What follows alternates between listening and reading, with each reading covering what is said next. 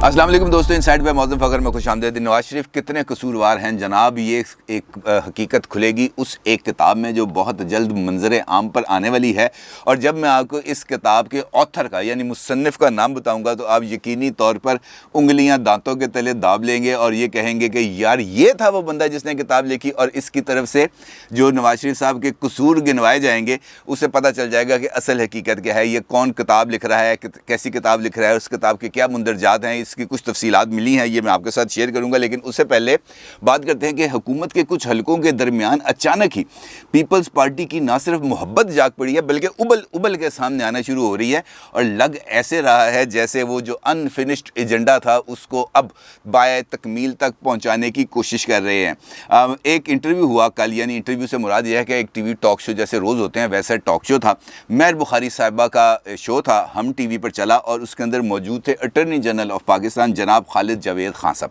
खालिद जावेद खान साहब के बारे में आपको ये मैं बता दूं कि पीपल्स पार्टी के एक सीनियर रहनुमा थे एनडी खान साहब मरहूम। जो खालिद जावेद खान साहब हैं ये एनडी खान साहब के साहबजादे हैं और इस वक्त हुकूमत पाकिस्तान में अटॉर्नी जनरल के ओहदे पर फाइज हैं। अब कल जब मामला आया मेहर बुखारी साहिबा के शो में वो तशरीफ़ लाए और उनका ये कहना था, जब मेहर बुखारी साहब ने उनसे पूछा ख़ास तौर पर ये जो राना शमीम साहब वाला मामला है और उसके ऊपर जो साकिब निसार साहब की जो मुबैना ऑडियो टेप इस वक्त मंजर आम पर है उसके हवाले से बात हो रही थी। और मेहर बुखारी साहिबा का ये कहना था कि क्यों ना इसके ऊपर एक कमीशन बनाया जाए और ये कमीशन का मामला इस वक्त इस्लामाबाद हाई कोर्ट में चल भी रहा है। तो उस पर खालिद जावेद खान साहब का ये कहना था कि जनाब कमीशन क्यों बनाएं, अगर हम ये समझते हैं कि हमने अपने ट्रैक को दुरुस्त करना है, सीधा करना है और हमें अपनी गलतियों की निशानदेही करनी है और उन गलतियों से सबक सीखना है, तो बेहतर नहीं है कि हम आगाज़ करें जुल्फ़िकार अली भुट्टो साहब के जुडिशल मर्डर पर वहाँ से। और उनके बारे में एक जो रेफरेंस है जो पीपल्स पार्टी के दौर में आसिफ अली जरदारी साहब जब सदर थे तब दायर किया गया था सुप्रीम कोर्ट ऑफ पाकिस्तान में, जो अब तक ज़ेरे इल्तवा है। हम वहाँ से काम का आगाज़ करते हैं और उसके बाद जहाँ जहाँ पर अदालत की तरफ से अपने हदूद क़यूद से बाहर निकलने की कोशिश की गई है फिर उसके बाद हम उसका तयन करते हुए चले जाएंगे। तो जिस पर मेहर बुखारी साहिबा का ये कहना था कि ये तो एक नेवर एंडिंग स्टोरी बन जाएगी क्योंकि ये काम वहाँ से शुरू होगा और उसके बाद हम आज के दौर तक आते आते 50 साल गुजर चुके होंगे। क्योंकि अगर वो जो रेफरेंस है जो आसिफ अली जरदारी साहब की तरफ से बतौर सदर पाकिस्तान दायर किया गया था, अगर वो 10-12 साल गुजरने के बावजूद वो फिक्स नहीं हो सका समात के लिए, तो इससे आप अंदाज़ा लगा सकते हैं कि बाकी मामलात पर गौर व फिक्र करते हुए कितना टाइम गुजरेगा। खैर उन्होंने कहा खालिद जावेद खान साहब ने कि भाई हमें आगाज़ तो करना है कहीं ना कहीं से, तो हम क्यों ना इसी नुक्ते से आगाज़ कर लें और उसके बाद देखते हैं जो भी सूरत हाल बनती है और जब ये वाला मौका आएगा तो इस मौके पर भी बात कर लेंगे। फिर उन्होंने खालिद जावेद खान साहब ने एक और बात की और वो भी मेरे लिए बड़ी एकदम हैरत से मैं चौंक गया कि यार ये क्या बात कर दी उन्होंने। मामला आया जो सदारती इख्तियार था असम्बलियों को बरतरफ करने का, यानी 58(2)B जो 18वीं तरमीम के ज़रिए ख़त्म कर दी गई और उससे पहले जब नवाज शरीफ साहब का टाइम था उन्होंने भी इस तरमीम को ख़त्म किया था। अच्छा, इस तरमीम के तहत जो सदर था उसको ये इख्तियार हासिल होता था कि वो किसी भी मुंतखब हुकूमत को कोई भी मर्ज़ी चार्ज लगाकर उनको बरतरफ कर सकते थे और फिर ये वाला मामला चला जाता था सुप्रीम कोर्ट में, जहाँ पे सुप्रीम कोर्ट ये सुनती थी कि क्या बरतरफी दुरुस्त है या बरतरफी गलत है। तो मुहतरमा बेनज़ीर भुट्टो साहिबा की असम्बलियों को 2 मरतबा बरतरफ किया गया और वो 2 मरतबा सुप्रीम कोर्ट में गई, लेकिन दोनों मरतबा उनको रिलीफ नहीं मिला। अब खालिद जावेद खान साहब ये कहते हैं कि ये क्या तरीक़ाकार है कि अगर एक हुकूमत वो पीपल्स पार्टी की हो तो उसको बरतरफ कर दिया जाता है और बरतरफी का जो फ़ैसला है सदर साहब का वो मौजूद भी रहता है, लेकिन दूसरी जानिब नवाज शरीफ साहब के जब असम्बली की बरतरफी का फ़ैसला आता है और वो चैलेंज होता है सुप्रीम कोर्ट ऑफ पाकिस्तान में, तो वहाँ पर उस असम्बली को बहाल कर दिया जाता है। तो ये क्या वजूहात हैं, ये क्यों दौरा में आ रहा है? अगर हमने उसका जायज़ा लेना है तो हमें इसका जायज़ा भी लेना पड़ेगा। और ये बात सुन के मैं ज़रा हैरान रह गया, मैं सोचना शुरू हो गया कि यार ये क्या मामला है। अचानक अटॉर्नी जनरल ऑफ पाकिस्तान को इन बातों को दोहराने की क्या ज़रूरत पेश आई और क्या वजूहात हैं जिनकी बिना पर अचानक जो पीपल्स पार्टी की मोहब्बत है वो उमड़ के सामने। तो 2 वजूहात मेरे सामने आई बड़ी मोटी मोटी। एक वजह तो ये नज़र आती है कि पीपल्स पार्टी इस वक्त जो अपना उन्होंने एक नया बयानिया तश्कील दे रहे हैं वो एंटी नून लीग बयानिया है, क्योंकि NA 133 के इलेक्शंस के बाद जो बिलावल हाउस के अंदर एक तकरीब मुनक्कद की गई थी जहाँ पर बड़े ढोल ताशे बजाए गए थे, मुबारकबाद मुबारकबाद कही गई थी एक दूसरे को, फिर आतिशबाजी का मुजाहरा किया गया था, फिर आसिफ अली जरदारी साहब की तरफ से एक ज़ियाफ़त का एहतमाम था पीपल्स पार्टी के कारकुनों के लिए। तो वहाँ पर उनका ये ऐलान था आसिफ अली जरदारी साहब का, जनाब अब हम पंजाब में आ गए हैं, अब हमें को पंजाब से निकाल के दिखाए। और उसके साथ साथ बिलावल भुट्टो साहब की तरफ से एक बड़ा ऐलान सामने आया था जिसके अंदर उनका ये कहना था कि हम पंजाब में आ गए हैं और अब अगले इलेक्शंस के बाद जियाला है, जो भी जियाला होगा वो पंजाब का वज़ीर आला होगा और उसके साथ मरकज़ में भी जियाला वज़ीर आज़म होगा। यानी पीपल्स पार्टी अब ये समझती है कि पंजाब के अंदर ना सिर्फ पीपल्स पार्टी की रिवाइवल होगी बल्कि वो चीफ़ मिनिस्टरशिप भी हासिल कर लेंगे।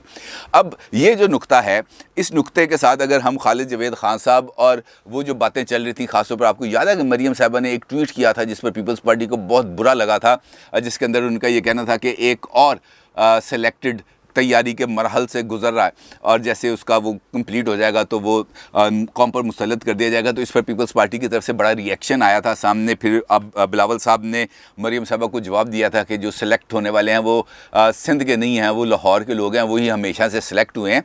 पीपल्स पार्टी के ख़मीर के अंदर सिलेक्शन वर्ड नहीं है, इलेक्शन वर्ड है। लेकिन इस वक्त की जो सूरत हाल बन रही है उसके अंदर जो खालिद जवेद खान साहब और आसिफ अली जरदारी साहब का जो एक लाइन ऑफ और उस पर जो हम मिलते जुलता मौक़िफ़ है उसे इस बात के भी इशारे मिल रहे हैं। खैर, जो दूसरी वजह है जो मेरे नज़र में वो इससे बिल्कुल उलट भी हो सकते हैं, हाइपोथेटिकल एनालिसिस है। उसके अंदर चूँकि आपको याद है कि मैंने 2 दिन पहले आपको ये बताया था कि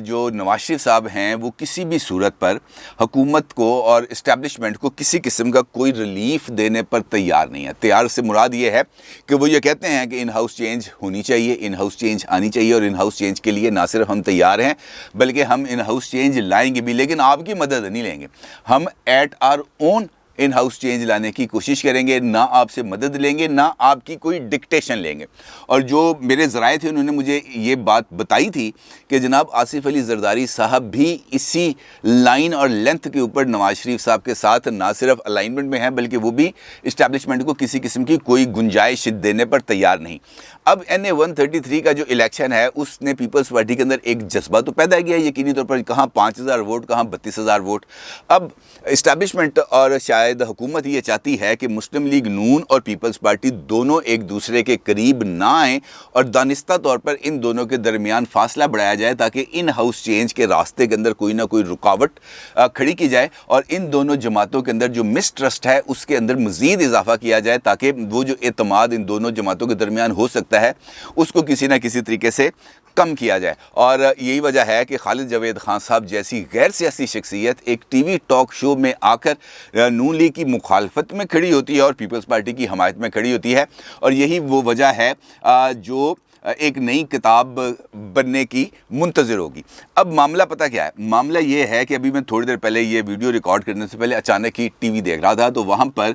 ARY के ऊपर एक उनके जो कॉरेस्पॉन्डेंट थे वो आए और उन्होंने आकर इंकशाफात करना शुरू कर दिए और इंकशाफात किए उन्होंने साबिक जो है चीफ़ जस्टिस ऑफ पाकिस्तान जनाब साकिब निसार साहब के हवाले से। उन्होंने ये तो नहीं कहा कि बराह रास्त मेरी साकिब निसार साहब से गुफ्तगू हुई है, लेकिन मेरा ख्याल है कि उनकी बराह रास्त ही साकिब निसार साहब से गुफ्तगू होगी, लेकिन चूँकि कुछ मामलात ऐसे उनके साथ डिस्कशन में आए जो इस वक्त इस्लामाबाद हाई कोर्ट में ज़ेर समाअत हैं, लिहाजा उन्होंने अपने आप को बराह रास्त अदालत के साथ इंगेज करने की निस्बत ये कहा कि जनाब मेरे ज़राए जो साकिब निसार साहब के बहुत करीब हैं उनके साथ गुफ्तगू हुई है साकिब निसार साहब की और उन ज़राए ने आके मुझे ये बताया कि साकिब निसार साहब की इन मामलात के ऊपर ये सोचा। मिसाल के तौर पर रिपोर्टर साहब ये फरमाते हैं ARY के कि साकिब निसार साहब का ये कहना है कि राना शमीम साहब के साथ मेरी फ़ैमिली के और उनकी फ़ैमिली के बहुत करीबी ताल्लुकात रहे हैं, हत्ता कि उनकी जो मरहूमा अहलियाँ हैं राना शमीम साहब की, वो मेरी अहलिया को आखिरी वक्त तक दुआया टेक्स्ट मैसेजेस और व्हाट्सएप करती रही हैं कि जनाब ये जो पैगामात हैं ये अच्छे अलामत हैं दोनों ख़ानदानों के दरमियान। अब अगर राना शमीम साहब अचानक सामने आए हैं मेरे ख़िलाफ़ तो उसकी वजह यह है कि وہ ایکسٹینشن چاہتے تھے جو ایکسٹینشن ان کو نہیں ملی. اور ثاقب نثار صاحب یہ بتاتے ہیں کہ اس کی وجہ یہ ہے کہ ان کے دو ایسے فیصلے, ان کا اس کے علاوہ بہت سارے فیصلے ہیں, لیکن دو ایسے فیصلے ہیں جن کے اندر سپریم کورٹ آف پاکستان نے باضابطہ طور پر رانا شمیم صاحب کے فیصلوں کو نہ صرف رد کیا بلکہ رانا شمیم صاحب کی اس اتھارٹی کو بھی اپنے فیصلوں کے اندر ذکر کیا کہ انہوں نے اپنی اتھارٹی کو غلط استعمال کیا. ان میں سے دو فیصلے ہیں شاہین ایئر لائن, ایک فیصلہ ہے شاہین ایئر لائن سے متعلق اور دوسرا فیصلہ ہے ٹورزم پاکستان کی جو زمین ہے اس کی الاٹمنٹ کے حوالے سے.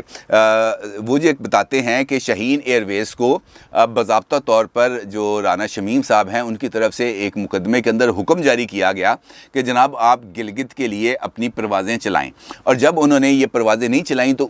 ان کو رانا شمیم صاحب کی طرف سے ان کو آیا ایک کانٹیمپٹ کا نوٹس, جس کے بعد انہوں نے فوری طور پر گلگت کے لیے پروازیں بھی چلائیں اور ساتھ سپریم کورٹ آف پاکستان کے اندر ایک رٹ پٹیشن بھی دائر کر دی. اور جب اس کا جائزہ لیا گیا, اس کی سماعت کی گئی, تو ثاقب نثار صاحب یہ کہتے ہیں کہ جناب اس فیصلے کے اندر یہ پتہ چلا اس مقدمے کے دوران کہ رانا شمیم صاحب نے جو فیصلہ دیا وہ ان کی جورسڈکشن میں آتا ہی نہیں, لہٰذا ان کے اس فیصلے کو کالا دم قرار دیا گیا اور فیصلے کے اندر لکھا گیا کہ رانا شمیم صاحب نے اپنے جورسڈکشن کی جو ان کے جو حدود ہیں انہوں نے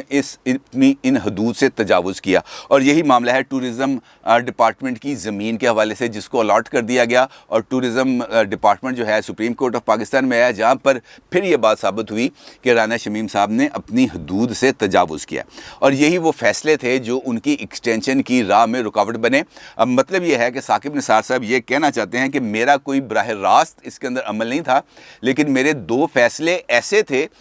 جو ان کی ایکسٹینشن کی راہ میں رکاوٹ بنے, کیونکہ جب لا ڈپارٹمنٹ کے پاس وہ چیزیں آئیں تو وہ فیصلے بھی گئے, اور ان فیصلوں کے اندر چونکہ ان کی ذات کے اوپر یہ کہا گیا کہ انہوں نے آئین کے مطابق فیصلے نہیں کیے, لہٰذا ان کو ایکسٹینشن نہیں ملی, اور یہی وجہ ہے کہ رانا شمیم صاحب میرے خلاف ہو چکے ہیں. اسی طریقے سے اس انٹرویو میں یہ انکشاف کیا ثاقب نثار صاحب نے کہ شوکت عزیز صدیقی صاحب کا جو کیس ہے وہ چونکہ چل رہا تھا سپریم جوڈیشل کونسل میں, اور انہوں نے اپنے دائرہ کار سے تجاوز کیا تھا, جو ججز کا کوڈ آف کانڈکٹ ہے اس کی انہوں نے خلاف ورزی کی تھی. تو جب یہ معاملہ چل رہا تھا سپریم جوڈیشل کونسل میں, اس وقت شوکت صدیقی صاحب نے 2 مرتبہ مجھ سے نہ صرف ملاقات کی کوشش کی بلکہ رابطے بھی کیے گئے, لیکن میں نے ان سے ملاقات سے احتراز کیا, ان سے فاصلہ رکھا, کیونکہ میں نہیں چاہتا تھا کہ یہ ملاقات ہو اور یہ ملاقات پتہ چلے لوگوں کو, اور اس کے بعد پھر اس وقت یہ ایک اور بہت بڑا ایلیگیشن مجھ پہ لگ جانا تھا, لہٰذا اب میں نے اس سے تھوڑا سا فاصلہ رکھا. اب جو ایک اور چیز ہے جس کا میں نے آپ سے گفتگو کے آغاز میں ذکر کیا تھا کہ ایک کتاب آنے والی ہے کہ نواز شریف صاحب کتنے قصوروار ہیں, اب وہ معاملہ ہے جناب کہ وہ کتاب بھی یہ موصوف ہی لکھ رہے ہیں ثاقب نثار صاحب. اچھا, ثاقب نثار صاحب نے اسی انٹرویو کے اندر اس بات کا انکشاف کیا کہ میں ایک کتاب لکھ رہا ہوں اور وہ کتاب ہوگی سپریم کورٹ حملہ کیس کے بارے میں, کیونکہ میں اس وقت تھا سیکٹری لا, اور سیکٹری لا ہونے کی وجہ سے مجھے بہت سارے معاملات کا علم تھا. اور آپ کو یاد ہے کہ نواز شریف صاحب کے جو ٹینیور ہے اس کے دوران یہ ایک ناخوشگوار واقعہ ہوا تھا جہاں پر مسلم لیگ نون کے کارکنوں نے سپریم کورٹ پر حملہ کر دیا تھا, اور جسٹس سجاد علی شاہ صاحب مرحوم کو اپنی عدالت کو چھوڑ کر جانا پڑا تھا, اور مسلم لیگی کارکنان نے سپریم کورٹ پر نہ صرف قبضہ کر لیا تھا بلکہ تالے تلے لگا لیے تھے, اور اس کے بعد پھر معاملہ آگے بڑھا تھا اور پھر جسٹس سجاد علی شاہ صاحب کو استعفیٰ بھی دینا پڑ گیا تھا. خیر, اب ثاقب نثار صاحب یہ کہتے ہیں کہ میرے پاس اس حوالے سے بہت زیادہ شواہد موجود ہیں جس سے یہ ثابت ہوتا ہے کہ نواز شریف صاحب سپریم کورٹ پر حملہ کرنے میں براہ راست قصوروار تھے, اور جب یہ میں کتاب لکھوں گا اور یہ کتاب مارکیٹ میں آئے گی تو ان لوگوں کو کہیں منہ دکھانے کی جگہ نہیں ملے گی. تو میرا یہ تھوڑا سا چیک کیا تو یہ پتہ چلا کہ جس وقت سپریم کورٹ پر حملہ ہوا اور اس کے نتیجے میں مسلم لیگ نون کے کم از کم 2 رہنما ایسے ہیں 3 جن کو نااہل قرار دیا گیا تھا. اس میں معروف ٹی وی اینکر تھے میزبان طارق عزیز صاحب جو اس وقت ایم این اے تھے مسلم لیگ نون کے, ان کو نااہل کیا گیا, اختر رسول صاحب کو نااہل کیا گیا, اور میاں منیر صاحب کو نااہل کر دیا گیا, اور اس کے ساتھ ساتھ کئی اراکین کو سزا بھی دی اور کئی کارکنان کو سزا بھی ملی. اور یہ سزا ملی جو اس حملے کے اوپر بنائی گئی ایک انکوائری کمیشن کی رپورٹ کی روشنی میں۔ اور دلچسپ بات یہ ہے کہ اس رپورٹ جب یہ بن رہی تھی، چونکہ ثاقب نثار صاحب اس وقت موجود تھے بطور سیکٹری لا، تو انہوں نے اس وقت ایسے تمام حقائق جو اب وہ اپنی کتاب میں بتانا چاہتے ہیں، انہوں نے وہ تمام کے تمام حقائق اس انکوائری کمیشن سے چھپائے کیوں؟ یہ ہے ایک سوال۔ اور اگر وہ یہ کہتے ہیں کہ میں نے یہ حقائق اب میں منظر عام پر لاؤں گا، تو اس کا مطلب یہ ہے کہ انہوں نے وہ حقائق اس وجہ سے چھپائے تھے کہ کیونکہ اس کے بعد ان کو تعینات کیا گیا تھا لاہور ہائی کورٹ میں بطور جج، اور اگر وہ بطور جج تعینات نہ ہوتے ہائی کورٹ کے، تو اس کا مطلب یہ ہوتا کہ وہ اس ٹریبیونل میں جاتے اور جا کے بتاتے کہ نواز شریف صاحب نے یہ غلط کیا۔ اب انہوں نے نہیں بتایا، جج لگ گئے، جج ہوئے لاہور ہائی کورٹ کے، پھر لاہور کے چیف جسٹس بنے، پھر سپریم کورٹ میں ایلیویٹ ہوئے، پھر سپریم کورٹ کے چیف جسٹس بنے، اور اس کے بعد عہدے سے اترنے کے بعد بھی خاموش رہے، مکمل طور پہ چپ، کوئی لفظ نہیں نکالا۔ اب چونکہ معاملہ سامنے آ گیا، ایک آڈیو سامنے آ گئی، اور وہ آڈیو ممکنہ طور پر اس کیس کے اندر ریلیونٹ ہو سکتی ہے، جو اس وقت اپیل چل رہی ہے نواز شریف صاحب کی اور مریم صاحبہ کی اسلام آباد ہائی کورٹ میں، لہٰذا وہاں سے اس سارے معاملے سے پیچھے ہٹنے کی کوشش کی گئی، یہ کہہ کے کہ الٹا چور کوتوال کو ڈانٹے کہ جناب نواز شریف صاحب مجھ پہ کیوں الزام لگائیں گے؟ میں نواز شریف صاحب پر الزام لگاتا ہوں کہ وہ فلاں ہیں، وہ فلاں ہیں، وہ فلاں ہیں۔ انہوں نے منصوبہ بندی کی، انہوں نے ججوں کو خریدا، انہوں نے جو ہے سجاد علی شاہ کی عدالت پر حملہ کر دیا۔ اب چونکہ سجاد علی شاہ صاحب بھی اس دنیا میں نہیں ہیں، اگرچہ انہوں نے اپنی کتاب بھی ایک لکھی ہے تقریباً 980 پیجز پہ، بڑی موٹی کتاب ہے، جس کے اندر انہوں نے اپنی اس سارے معاملے کی بڑی تفصیلات سے آگاہ بھی کیا ہے۔ خیر وہ کتاب ابھی ہماری ڈسکشن میں نہیں ہے، لیکن بہت ساری چیزیں انہوں نے وہاں پر بتائیں، لیکن ثاقب نثار صاحب وہاں پر اس وقت خاموش بیٹھے رہے۔ تو یہ خاموشی اس وقت اس کا کچھ نہ کچھ فائدہ ہوا ثاقب نثار صاحب کو، یقینی طور پر ہوا، لیکن اس کا جو فائدہ ہے وہ آگے ڈلیور نہیں ہو سکا، کیونکہ